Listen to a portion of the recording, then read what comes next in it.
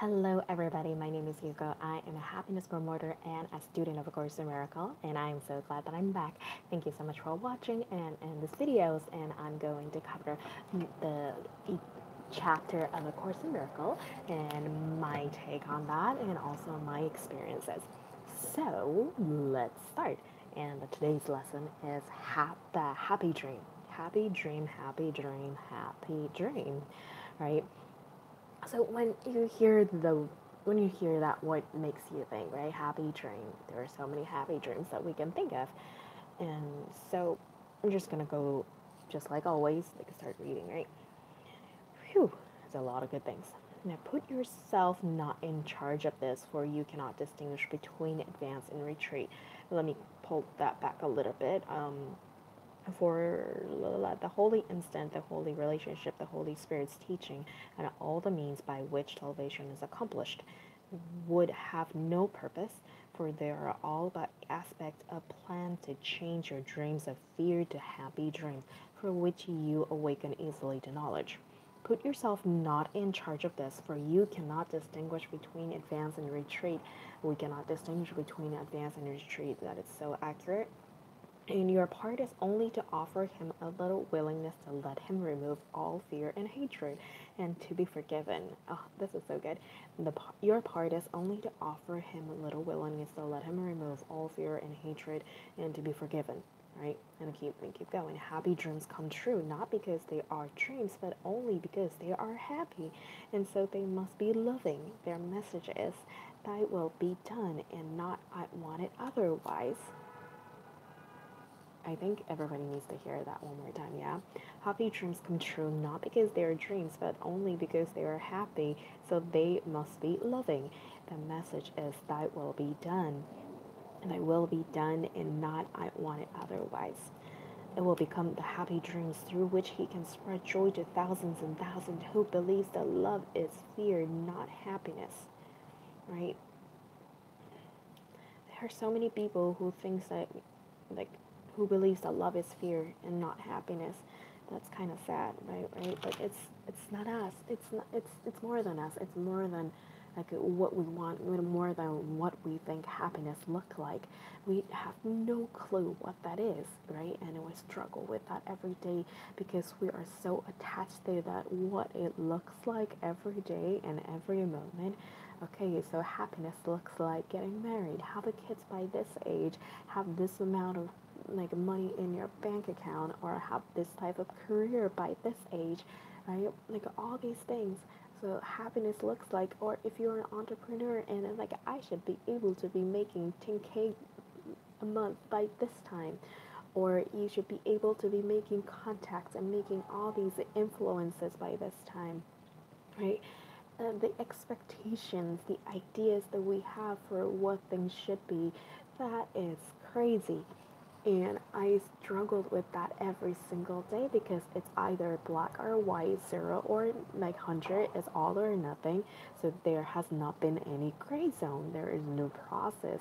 If you focus on the process, it is all about the slow pace, not necessarily always slow. Sometimes it happens, and actually it could go faster and faster if you tap into the joy and bliss.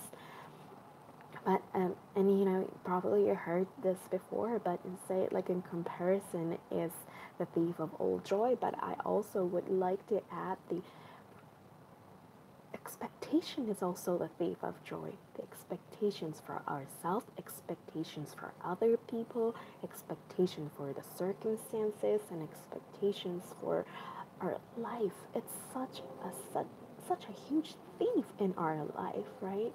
And we take a lot of things for granted because of that expectation, right? Because I did this, you're supposed to be doing this for me. I show up for you, you should be showing up for me. And I struggled with that a lot because sometimes I don't know how to express my need, right? Sometimes I feel so sad, but instead of, hey, I'm sad, so can you come out and hang out with me? Instead of that, I say, hi, hey, how is it going? And like when people say, oh, I am experiencing this and that, and then my messiah syndrome comes in and say, like, okay, let me help you. It makes me feel good for a certain period of time, And after that happens, when they feel good, sometimes I even feel like mad. I even have the notice myself getting upset because they don't need me anymore, right? They don't need me anymore to keep them feel safe. So once they're gone, I feel all the emptiness, the void that I have been filling up with making them feel good. It's all gone. So what I'm gonna do now, and when I'm not asking for like help or asking people like, hey, can you hang out with me? And I'm feeling all the void, if anything, deeper void, and say like, I show up for you, and why can't you show up for me, right? And that's where the expectation comes, because there is no clear communication for them. It was, oh, she's there for me, like great, and now I needed help, and she noticed that she noticed me, right? But I've always been that person, always had been that person in that position. So like some of my friends, when I started telling people what I actually was feeling, like, oh, I'm so glad that you're human, right? I'm so glad that you're not always positive and a woo-woo person, because you're human.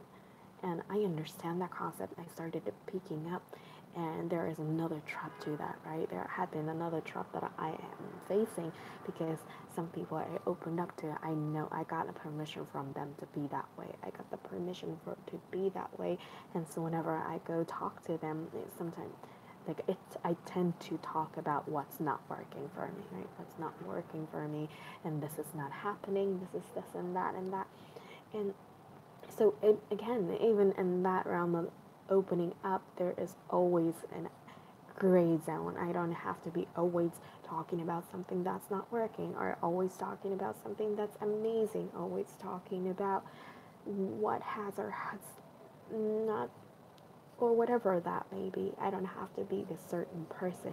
And this is such a huge realization for me, right? And I feel like I went on a tangent, but I hope that serves you. And and I'll read one more thing. And when you feel the holiness of your relationship and threatening by anything, stop. Okay, well, let me start that one more time. When you feel the holiness of your relationship is threatened by anything, stop instantly and offer the Holy Spirit your willingness, in spite of fear, to let Him exchange this instant for the Holy One that you would rather have. He will never fail in this. The power of joining His blessing lies in His fact, and that it is now impossible for you or your brother to experience fear alone, or to attempt to deal with it alone, right? The alone part, the separation. There is no separation between you and I. There is no separation between you and I. We're all one. We're all connected. And I feel so this like whole social media thing, it could be a huge trap. Another trap, right? Social media is a huge trap. Like it is the new way of communicating with other people. I 100% understand that, and it is the fact, right? Sometimes like that's only way out. Like millennials and Gen Z, like these are the only way how they know how to communicate, right? Most other people don't know how to pick up the phone, and I don't remember most of people's phone number by memory, which I used to do when we were still in the landline phone, and we forget that. We forget that we get to connect in one way or the other. It doesn't matter whether through social media or through in-person communication, but the most important thing is that you really connect with other people. Not hoping that how many likes I get, how many views that I get, not hoping that, oh, this is going to make this video viral, but really hoping that this is going to share and add some value to you in your life. And by me sharing this story, I hope and pray that somebody will say, hey, I understand your feeling, or I understand where you are, and I struggle with that too. And not to, and it's more than that, right? Like once you find the connection and realizing that you're not the only one, then you get to move forward. You get to move forward with those connections. You get to move forward with that person or the group of people, or maybe you'll find a mentor or a different type of community. And we move forward. We move forward towards what we want. Move forward towards what we're meant to be. Move forward to go and say, like as my mentors would say, like a yes, yes, yes, and go on a jet stream. And it's such an exciting moment. and we all get to celebrate every single part of the journey on our, all together. And again, there is no separation between you and I.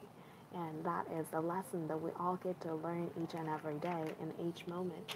So let me read this one more time. The power of joining its blessing lies in the fact that it is now impossible for you or your brother to experience fear alone or to attempt to with it alone. Do not ever feel alone, guys. Do not ever feel alone because we're not. We're not. And I say that to myself, probably to more than to anybody. I want to say that to myself. I'm not alone, and I matter, and I am worthy.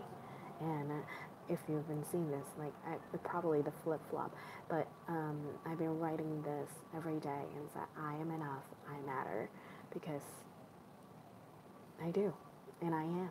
I do matter, and I am more than enough.